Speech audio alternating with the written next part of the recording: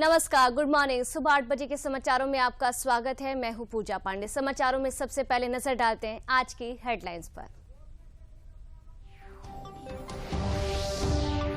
G20 स्वास्थ्य कार्य समूह की पहली बैठक कल केरल के तिरुवनंतपुरम में हुई। शुभ बैठक में 3 मुख्य प्राथमिकताओं स्वास्थ्य आपात से बचाव, डिजिटल स्वास्थ्य में नवाचार और औषधि क्षेत्र में सहयोग पर होगी चर्चा।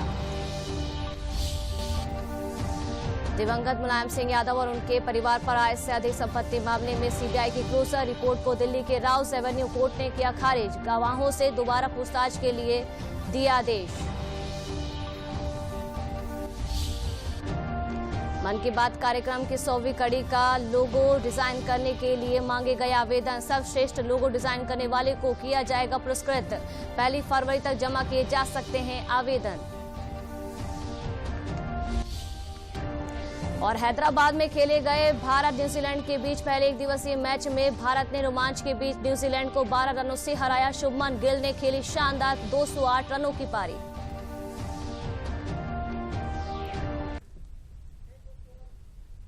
और अब खबरें विस्तार से। भारत की G20 अध्यक्षता के तहत G20 स्वास्थ्य कार्य समूह की पहली बैठक कल केरल के तिरुवनंतपुरम में शुरू हुई, जहां बैठक में 3 प्रमुख मुख्य प्राथमिकताओं स्वास्थ्य आपात स्थितियों से बचाव और निपटने की तैयारी, औषधि क्षेत्र में सहयोग करने को मजबूत करना और सभी के लिए स्वास्थ्य सुविधा उपलब्ध कराने में सहायता के लिए डिजिटल स्वास्थ्य नवाचार पर चर्चा होगी। बैठक में G20 सदस्य देश, विशेष आमंत्रित देश और अंतर्राष्ट्रीय संगठन के प्रतिनिधि भाग लेंगे।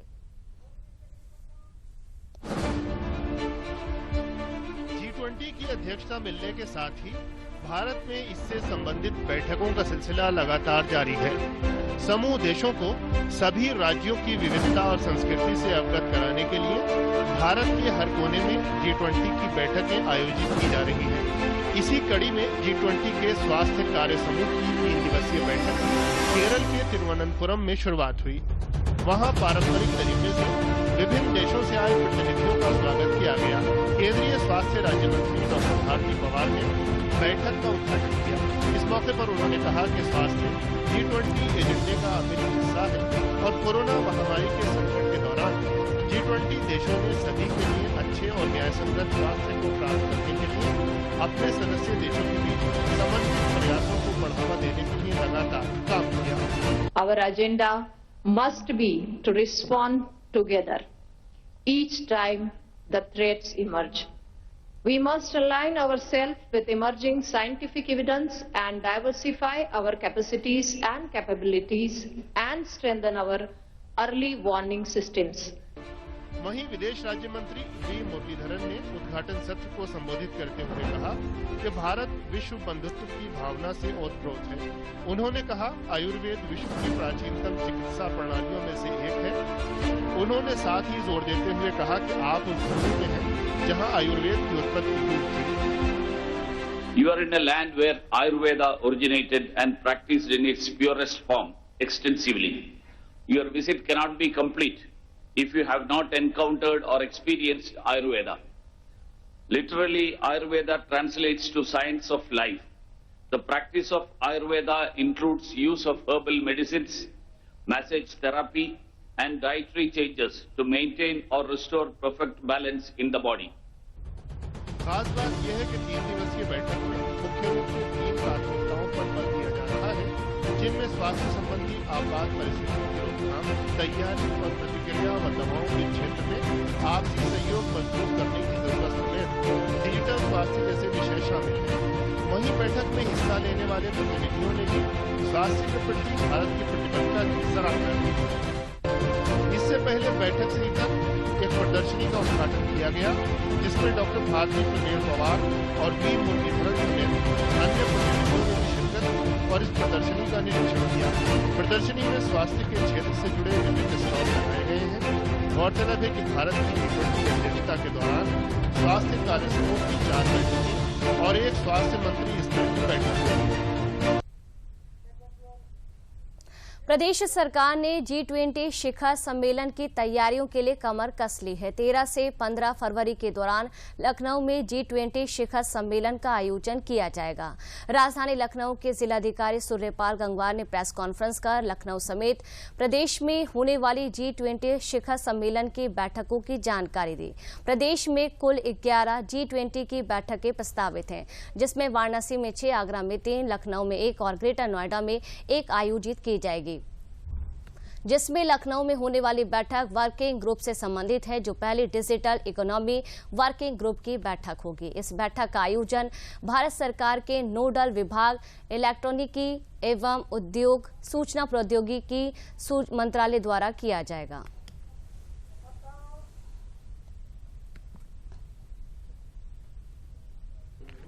उत्तर प्रदेश में G20 शिखर सम्मेलन का आयोजन 13 से 15 फरवरी 2023 के मध्य किया जा रहा है। यहाँ भारत सरकार के विदेशी मामलों के मंत्रालय के अंतर्गत G20 सम्मेलन की मेजबानी भारत सरकार द्वारा 1/12/2022 से 3/11/2023 के मध्य आयोजित है। G20 का एक महत्वपूर्ण समूह है जिसमें दुनिया की प्रमुख विकसित और विकासशील अर्थव्यवस्थाएं सम्मिलित हैं।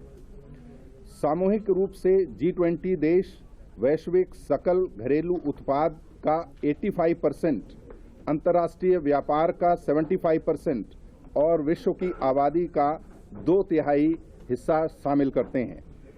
इस दौरान G20 के अध्यक्ष के रूप में भारत द्वारा शिखर सम्मेलन एक विभिन्न स्तरों पर मंत्री स्तरीय, शेरपा, वरिष्ठ अधिकारियों, गैर आधिकारिक, साइड इवेंट और सेमिनार्स के माध्यम से 200 से अधिक बैठकें आयोजित होने की उम्मीद है।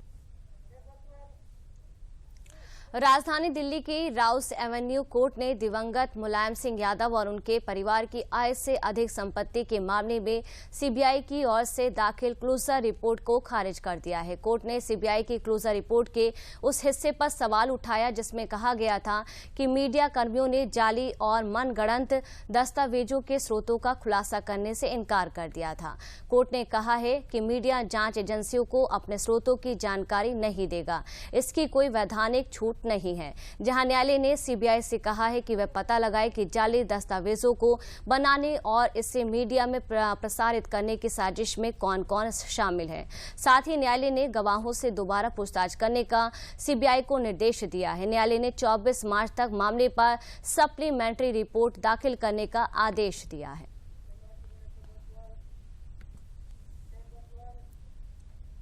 आजादी का अमृत महोत्सव के दौरान अंतर्गत नेताजी सुभाष चंद्र बोस की जयंती पर फिक्की द्वारा कार्यक्रम का आयोजन किया गया। केंद्रीय मंत्री अनुराग सिंह ठाकुर ने कार्यक्रम में भाग लिया। अनुराग सिंह ठाकुर ने देश सेवा के प्रति सुभाष चंद्र बोस के योगदान को याद किया। अनुराग सिंह ठाकुर ने कहा कि सुभाष चंद्र बोस भारत के स्वतंत्रता संग्राम में अपने विचारों में बहुत आगे थे।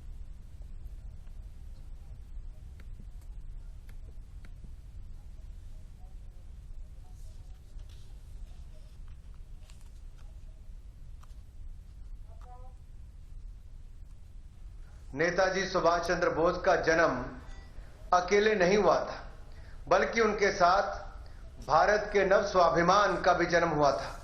भारत के एक नए सैन्य कौशल का जन्म हुआ था। आगामी 23 जनवरी को पूरा देश पराक्रम दिवस मनाएगा। आदरणीय प्रधानमंत्री मोदी जी ने नेताजी सुभाष चंद्र बोस के बलिदान को कृतज्ञ राष्ट्र के रूप में याद करने की ये नेक पहल की है।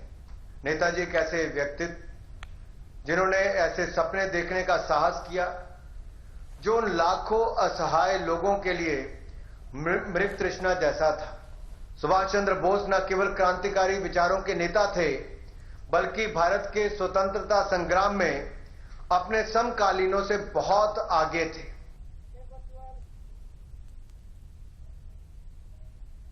प्रधानमंत्री नरेंद्र मोदी की परीक्षा पर आयोजित चर्चा के क्रम में गाजीपुर जिले में केंद्रीय शिक्षा मंत्री अन्नपूर्णा देवी ने छात्रों से संवाद किया। अन्नपूर्णा देवी ने छात्रों को संबोधित करते हुए कहा कि भारत की आजादी का अमृतकाल चल रहा है। आज आजादी के 75 वर्ष बीत गए। जब देश अपनी 100वीं आजादी का जश्न मना रहा होगा, तब इस नई शिक्षा नीति का वास्तविक लाभ हमारे बच्चों के साथ साथ समाज को मिलेगा। उन्होंने कहा कि परीक्षा से बच्चों को डराने की जरूरत नहीं है, उसको एक उत्सव के रूप में लेने की जरूरत है। परीक्षा का तनाव जितना कम होगा, परीक्षा देने में उतनी ही आसानी होगी। कार्यक्रम में 10 उत्कृष्ट प्रदर्शन करने वालों को भी सम्मानित किया गया, जहां परीक्षा पर चर्चा नामक कार्यक्रम के अंतर्गत आज पेंटिंग और चित्रकला प्रतियोगिता का आयोजन किया गया।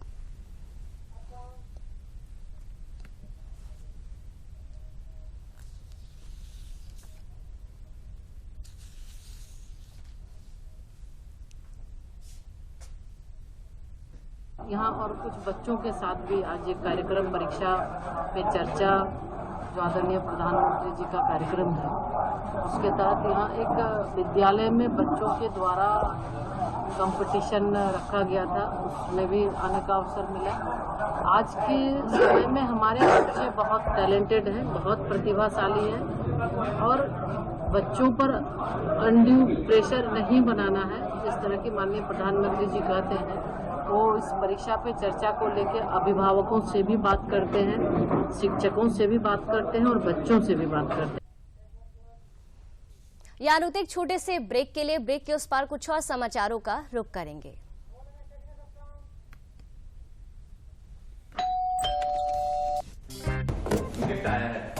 अरे वाह, लेजेंड की बैट, इससे तो मैं खेलूंगा। Future batting legend bat. इसमें जिसका नाम लिखा है, बैट उसी को मिलेगी। अरे यार, देखा, अगर इस पे मेरा नाम नहीं लिखा होता तो कितनी दिक्कत हो जाती। इसलिए आरबीआई कहता है, बैंक अकाउंट हो या बैंक लॉकर, उसमें नॉमिनी का नाम जरूर दर्ज करें, ताकि आपकी जमा पूंजी उसी को मिले जिसे आपने नामित किया है। आरबीआई कहता है, जानकार बनिए, सतर्क रहिए।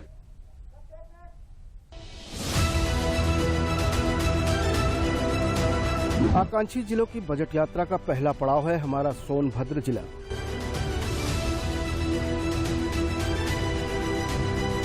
जब बजट बढ़ता है, नई नई योजनाएं आती हैं जनपद के अकॉर्डिंग, तो निश्चित रूप से उस पर काम हुआ।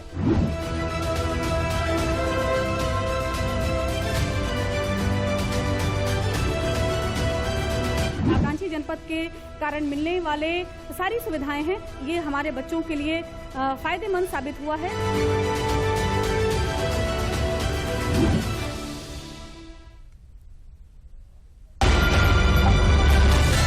खबरों की दौड़ में छूट जाती हैं कई खबरें, जो होती है बड़ी खबर। अब होगा हर बड़ी खबर का पूरा विश्लेषण, सिर्फ बिग न्यूज बिग एनालिसिस में। नमस्कार, बिग न्यूज बिग एनालिसिस में आप सभी का स्वागत है और मैं हूं संतोष चौधरी।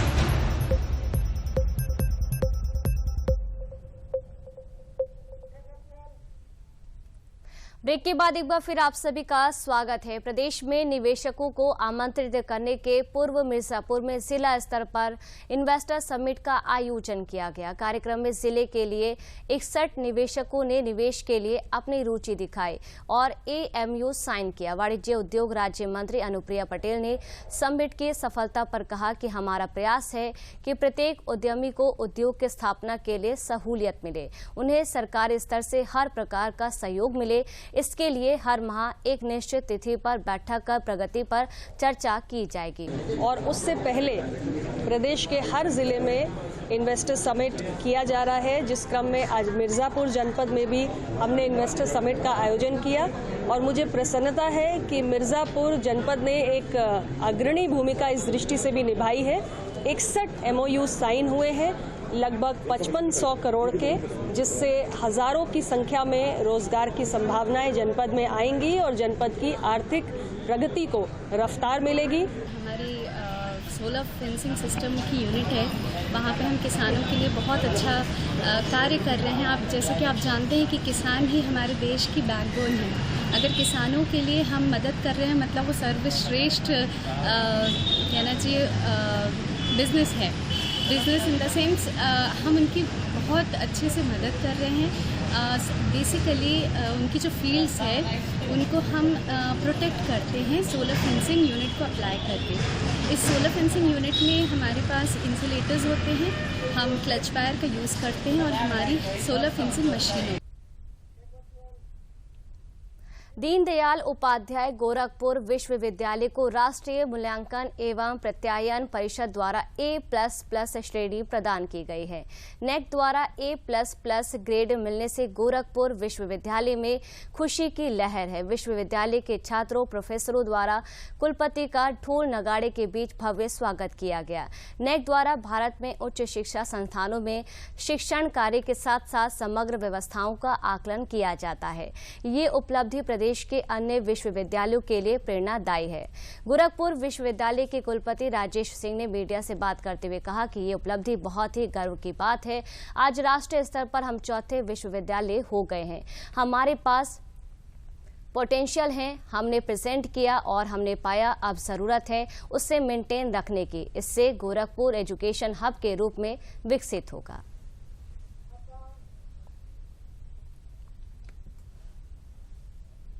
बीडीयू गोरखपुर विश्वविद्यालय ने A++ प्राप्त किया है।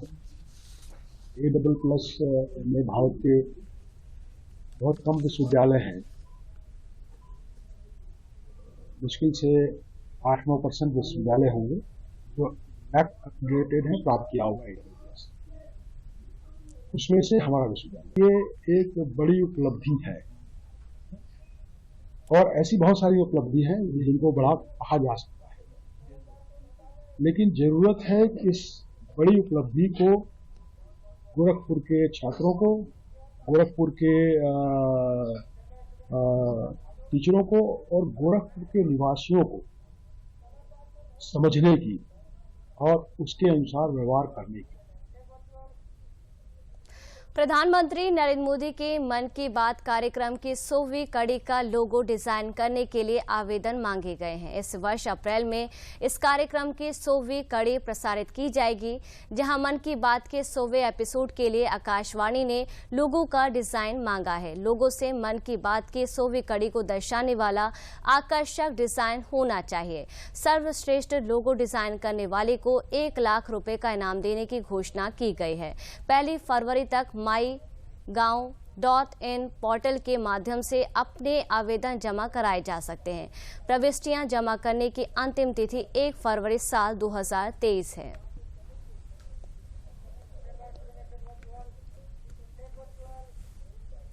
बाराबंकी जिले में भारत सरकार और प्रदेश सरकार के साथ मिलकर महिला उद्यमी अलग अलग क्षेत्रों में कीर्तिमान गढ़ रही हैं। बाराबंकी में महिला उद्यमी अपर्णा मिश्रा मधुमक्खी पालन, सिलाई कढ़ाई समेत कई काम कर रही हैं, जिसके जरिए वे करीब 750 लोगों को रोजगार दे रही हैं, जिनमें से 60% महिला ही हैं। वहीं गोसाई पूर्वा में निवासी फौजिया उस्मानी ने PMEGP योजना की मदद से ऋण लेकर मिट्टी के कुल्हड़ और प्लेट बनाने का काम शुरू किया। इस समय फौजियां करीब 50 लोगों को रोजगार दे चुकी हैं, जिनमें 35 महिलाएं शामिल हैं। महिला उद्यमियों ने बताया है कि प्रदेश में उद्यमियों के लिए माहौल काफी अच्छा हो चुका है। ऐसे में हर महिला को अब अपने पैरों पर खड़ा होना चाहिए।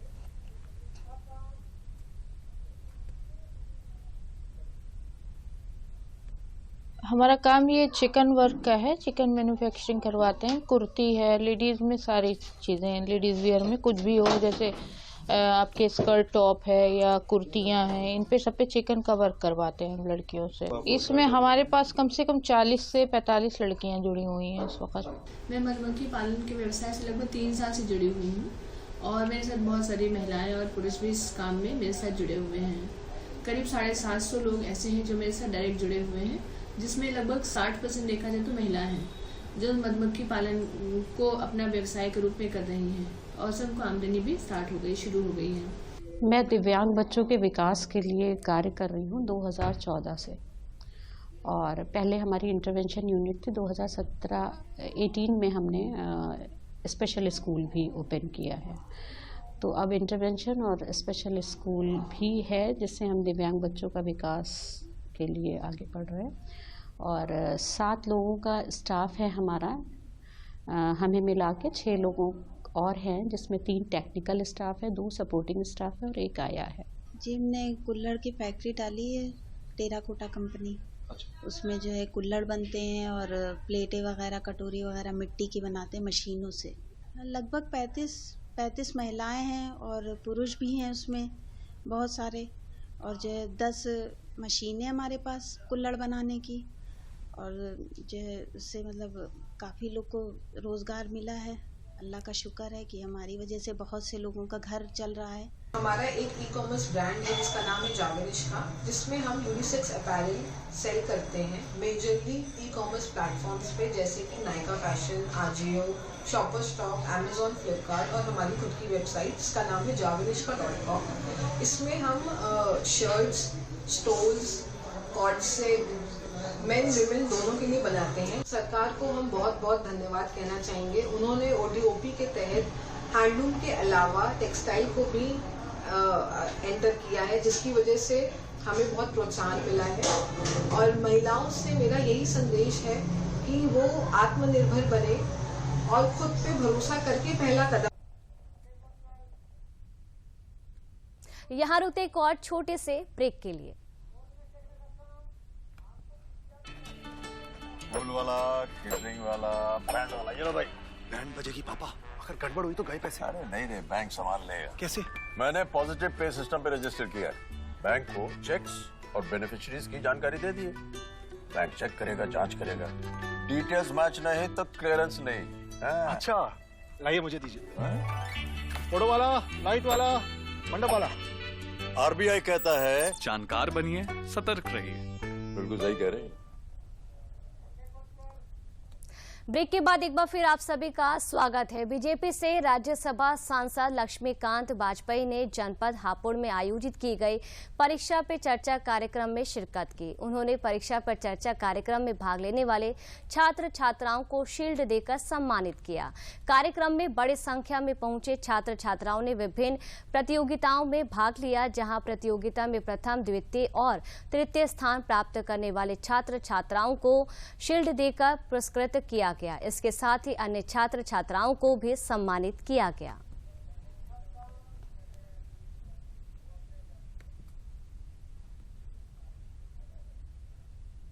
आपके मन में भी उत्कंठा जगे, आप इनोवेशन और क्रिएटिव माइंड बने, इस दृष्टि से आदरणीय नरेंद्र मोदी जी ने इस प्रयास को प्रारंभ किया है। सर, आप ये वेबसाइट जो लिखी हुई है उस पर जब आपका रजिस्ट्रेशन अगर हो जाएगा तो घर पर बैठे हुए भी शायद आपका नंबर आ सकता है, या जहां आप सामूहिक रूप से इस कार्यक्रम को सुन रहे होंगे वहां ये नंबर आ सकता है आपको। मैं उन सभी बच्चों को इस बात के लिए बधाई देना चाहता हूं कि जिन्होंने आज इस कंपटीशन में भाग लिया।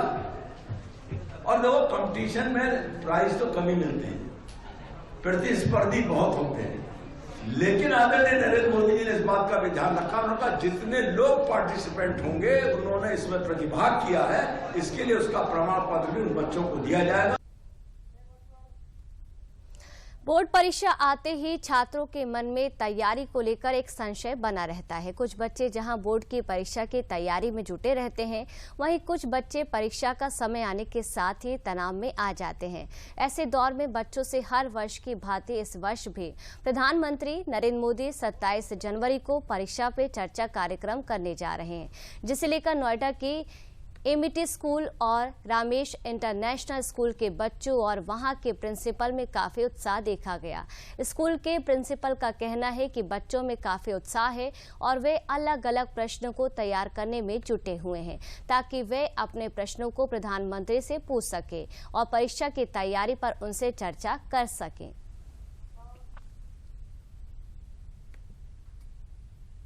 सबसे ज़्यादा बच्चे खुश हैं कि इस बार उनको प्रधानमंत्री जी का संदेश मिलेगा। प्रधानमंत्री जी परीक्षा पे चर्चा करने वाले हैं 27 जनवरी को। तो हमारे सारे बच्चे जिनको ज़रा भी स्ट्रेस है वो इस बात का इंतज़ार करें कि कब प्रधानमंत्री जी हमारे साथ बात करेंगे और हमारी उलझनों का समाधान करेंगे।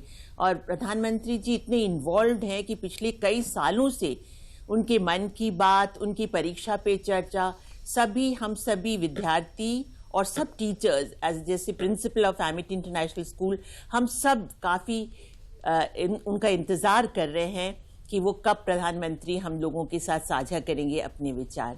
हम सबको इंतज़ार है परीक्षा पे चर्चा का। वो हमारे लिए एक महोत्सव सा है, एक सेलिब्रेशन है। सब लोग, सब बच्चे, सारे अभिभावक, सब टीचर्स इस परीक्षा पे चर्चा का इंतज़ार कर रहे हैं, क्योंकि उसमें जिस तरीके से मोदी जी, हमारे प्रधानमंत्री जी, जिस तरीके से, जिस सरलता से बच्चों को समझाते हैं, उनकी जो परेशानियां या जो स्ट्रेस है, जो एंग्जाइटी है, जिस तरीके से उसको वो दूर करते हैं, बहुत ही आसान सिंपल तरीके से वो समझाते हैं कि किस तरीके से, जैसे मैं पिछली बार भी देख रही थी, तो बड़ा छोटी सी चीज़ है कि आपको याद ध्यान कैसे रखना। कानपुर देहात में सड़क सुरक्षा माह के तहत जागरूकता फैलाने के लिए कलेक्टर परिसर में महिलाओं द्वारा स्कूटी रैली निकाली गई। रैली को जिलाधिकारी नेहा जैन ने हरी झंडी दिखाकर रवाना किया। रैली जिला बेसिक शिक्षा अधिकारी रिद्धि पांडे एवं ARTO प्रवर्तन सोमलता यादव के नेतृत्व में कलेक्ट्रेट में शुरू होकर अकबरपुर तक गई, जहां लोगों को सड़क सुरक्षा की शपथ दिलाई गई। रैली में महिलाएं तख्ती और बैनर लिए सड़क सुरक्षा के नियमों का पालन करने हेतु नारे लगाती और लोगों को प्रेरित तथा जागरूकता करते चल रही थी। इस मौके पर जिलाधिकारी ने लोगों से यातायात नियमों का पालन करने की अपील करते हुए कहा कि सड़क सुरक्षा नियमों का पालन करें ताकि सड़क दुर्घटनाओं पर अंकुश लगाया जा सके।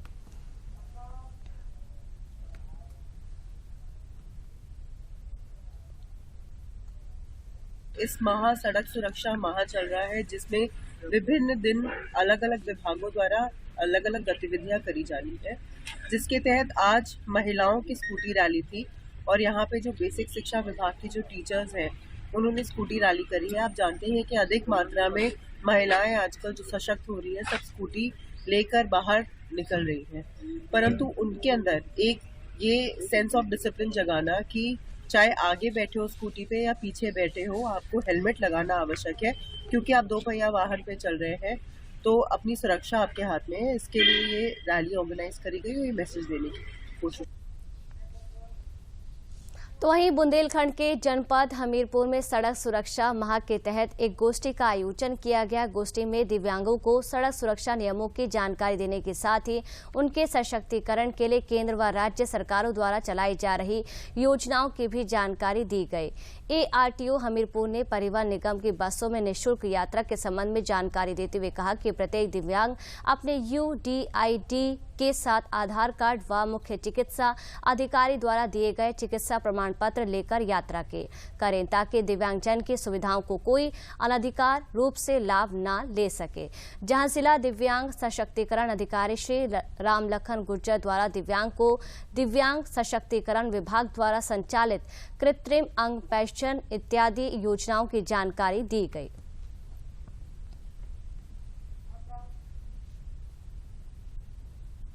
आज हम लोग सड़क सुरक्षा माह के अंतर्गत दिव्यांग जनों हेतु उनके जो वाहनों के रजिस्ट्रेशन के जो नए प्रावधान हैं और नए तरीके से जो उनके लाइसेंस जारी किए जा रहे हैं, इसके संदर्भ में उनकी जागरूकता कार्यक्रम आयोजित किया जाता है। मोटर व्हीकल एक्ट 2019 में परिवर्तन के पश्चात अब दिव्यांग जनों के लिए एडेप्टेड व्हीकल्स, मतलब एडेप्टेड वाहनों की व्यवस्था की जा रही है और उन एडेप्टेड वाहनों के अनुसार उनके लाइसेंस भी जारी किए जाने की व्यवस्था की गई। इस बारे में उनको अवगत कराना था कि सरकार इनके प्रति चिंतित है और मोटर व्हीकल एक्ट में भी